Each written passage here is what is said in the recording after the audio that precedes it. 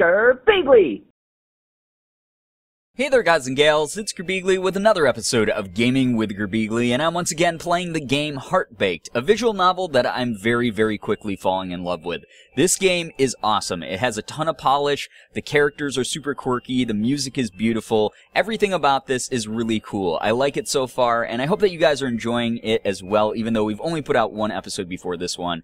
I'm really excited to tackle more of it. But anyway, last episode we got to meet all of the characters, we got to see all of their weird flaws and quirks and things like that, and it turns out that the main character, Ginger, needs love to create her ultimate recipe, so she has to pursue one of the very weird, flawed boys, and that's sort of where we're gonna go from here. The first episode, I'm assuming, was more of an introduction to just the characters, and then now we're going to be able to start making some choices here in Chapter 2. Hopefully, I don't know how this goes, if it's gonna be a linear story, or if I'm gonna be able to actually make choices, so we're gonna go ahead and just proceed as we normally do, and hopefully find out more about this great little universe that this game is crafting. I woke up with a heavy heart. Oh, it was 5 a.m.? That was new. I'd never been an early bird after all. The daunting task of choosing the best genes for my sweet baby cake? I wondered if the cake was going to resemble its father. That's a really weird way to put it. Okay. I definitely couldn't wake up this early. My brain was unable to work in this environment. I grudgingly scrambled to my feet, deciding to... Oh, okay, so that answers my question right off the bat. There's some choices immediately here, so we can go for a walk around the town square, squash my rival, or stay and get some baking done. So I'm assuming that each of these choices is going to lead down a different route. There's probably going to be Benjamin up top with the go for a walk around the town square. Squash my rival's probably going to be Carver, and then Radley's probably going to be stay and get some baking done. Now, I know I personally always end up going for like the tsundere types in dating games, but when it comes to playing as the girl perspective, I kind of like the class clown guy, and that would be Radley in this case. So he's like the childhood friend, you know, he's warm and comfortable, I already know that he's a good guy, so I'm gonna go ahead and stay and get some baking done. Now this might not end up how I think it's going to. I might like end up running into a different guy completely, so this is all sort of fun. Obviously I don't know the choices, I haven't played this before, so let's stay and get some baking done and just see what happens. I let out a long sigh. Did I really want to make this cake? Was it really necessary? Bad Ginger. I patted my cheeks a few times, filling myself with determination. Of course it was necessary. I needed to beat that Carver into the ground with my fantastic baking skills. I will show them all that I am definitely the best baker in the village. I made my way down to the front of the store, my newfound determination in tow. One glance out the front window let me know that it was way too early for anything to be alive, but I wouldn't let that stop me. I marched into the kitchen, and as the lights flickered on, I set into my usual routine. The familiar quiet of the kitchen started to set me on edge as I began to think more and more about that cake. Why did it have to be love? That's stupid. Who needed love when you have to work and delicious pastries? By the time the cupcakes were in the oven and the cookies are cooling, I heard the tinkling sound of the door in the front opening. It must have been Radley, but he was earlier than usual. Okay, Ginger, time to get your flirt on. Oh god, here we go. Jumping right into it, guys. I went out to greet him and then paused at the door as my thoughts caught up with me. Radley? Was I really doing this? My nose crinkled as I peeked out to see what he was doing. Radley was busying himself by sweeping the already clean storefront. Maybe he actually does care. Maybe he wants to make everything presentable and show that he's putting in effort. Or he's setting up an epic prank and is going to be a giant douchebag again. Okay, maybe he wasn't all that bad. He could be kind of funny. Sometimes? Probably. I love her sass so much. Well, there was that one time with the goat and the pineapple. What happened with the goat and a pineapple? Was it some pineapple on pizza, maybe? Oh, yeah. The timer on the oven started beeping loudly. I ran to it and turned it off as fast as I could. Not quite fast enough. I quickly threw on some oven mitts, opened the oven, and started to pull out the tray of cupcakes. Hey, Ginge, I didn't know you were up yet. Radley was standing in the kitchen door, leaning on the broom with his usual stupid grin plastered across his face. Yeah, I woke up early. I stared at him awkwardly for a second, once again questioning what I was doing. A wave of heat from the oven reminded me that I was still holding a very hot tray of cupcakes and letting the oven heat my shop in the process. I put the tray down and slammed the oven shut. Why was I being so awkward? This wasn't like you, Ginger. Here's hoping Radley didn't notice. I mean, of course he wouldn't notice. It was Radley. Okay, he noticed. Uh-oh. What? I glared at him and he just giggled in response and started sweeping in the kitchen. He just had to start sweeping in here, didn't he? Actually, it's not a bad thing. This gives me a chance to, flirt with Radley. I shuddered at the thought. We grew up together. We've been best friends for as long as I could remember. This feels almost gross. Alright, think of the cake, Ginger. The cake. Hey, Radley. He looked up at me and I turned to face him directly, attempting to flip my hair, but my braid just flopped around awkwardly before plopping onto my shoulder. Oh, that's so funny. So awkward. Been there before, Ginger. Okay, that was a flop. I tried to save myself by leaning on the counter as casually as I could, which wasn't casual at all. He stared at me for a second before erupting with laughter. What are you doing? My eyebrow twitched. I just noticed that your arms look rather muscular. You know, while you were sweeping. Have you been working out? Oh God, Ginger, come on, you can do better than that. I shot him what was supposed to be a smile, but whatever it was caused him to laugh more. Ah, shucks, Ginge, these old things? He brought his arms up and flexed, showing off whatever amount of muscle he had. It wasn't much.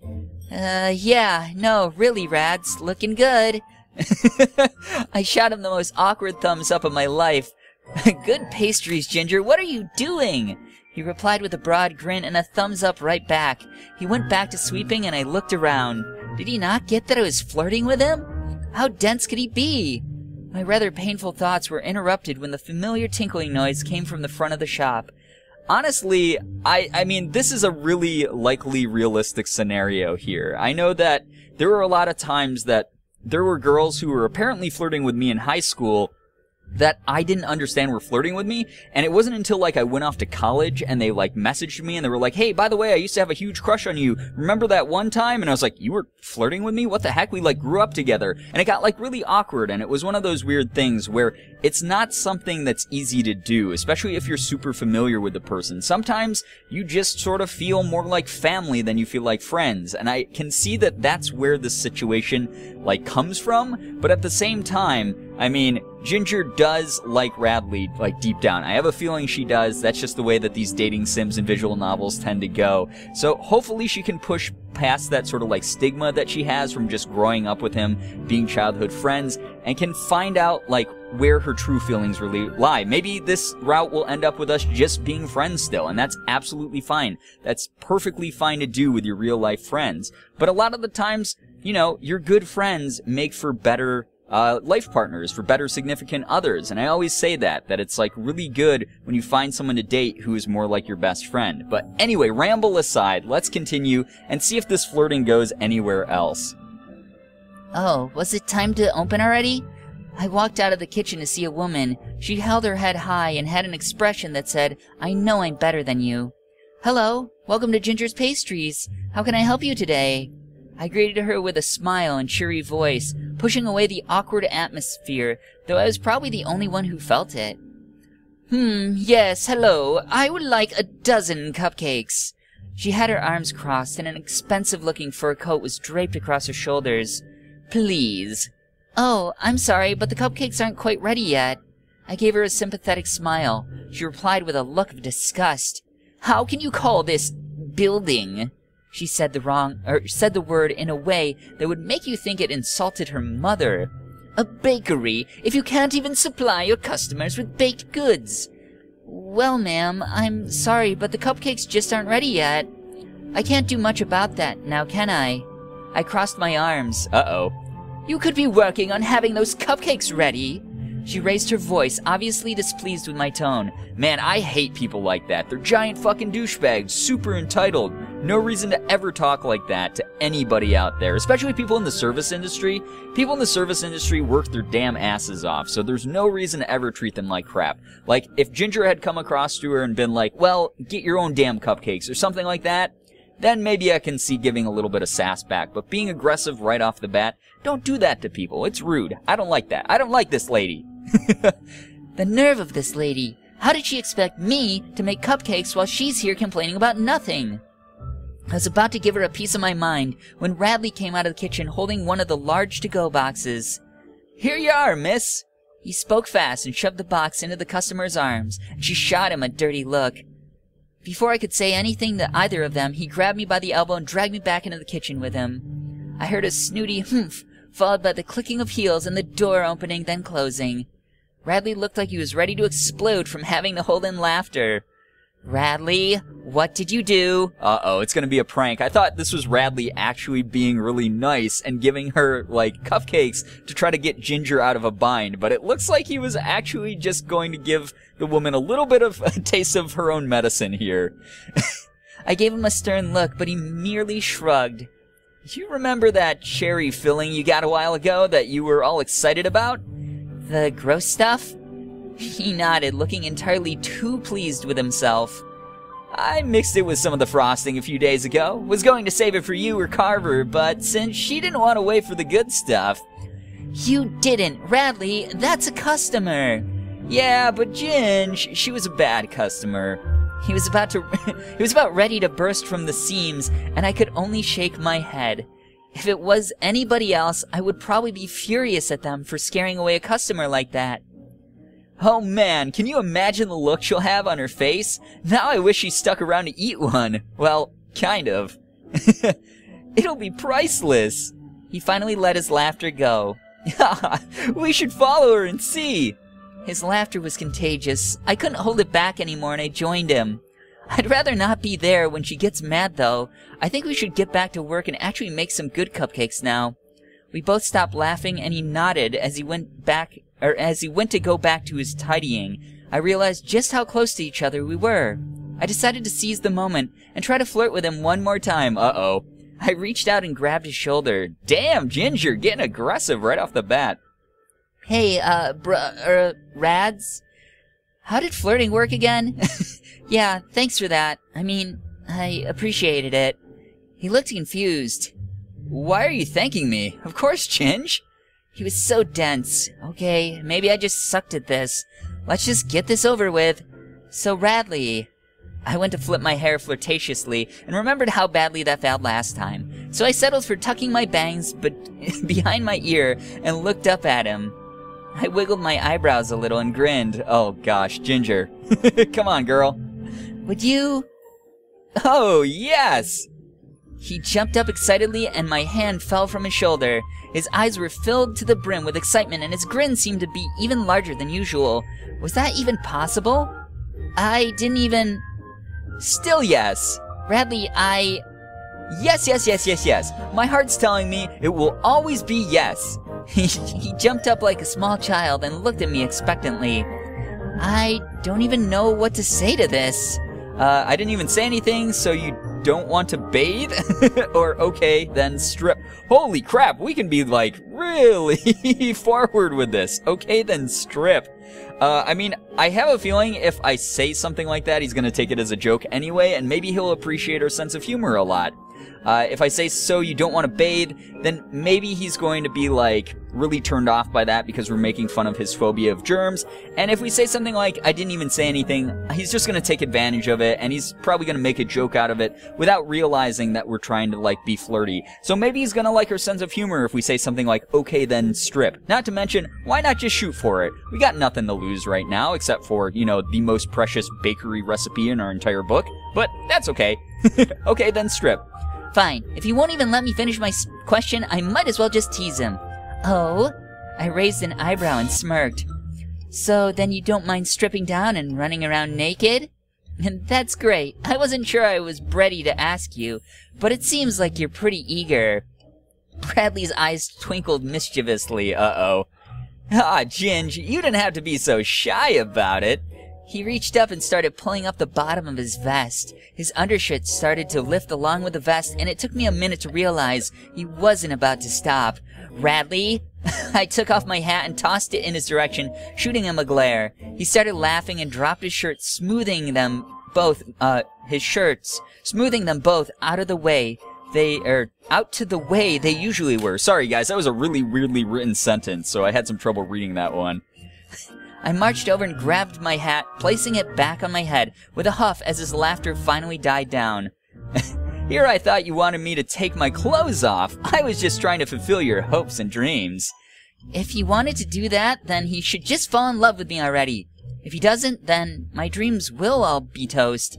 I have to make this cake so that I can squash Carver like the bug he is and bring fame to my bakery." "Radley?" I fluttered my eyelashes as best as I could. "If you care about fulfilling my hopes and dreams, then would you like to go on a day?" Oh man. Before I could say anything else, the sound of the doors jingling rang out once again.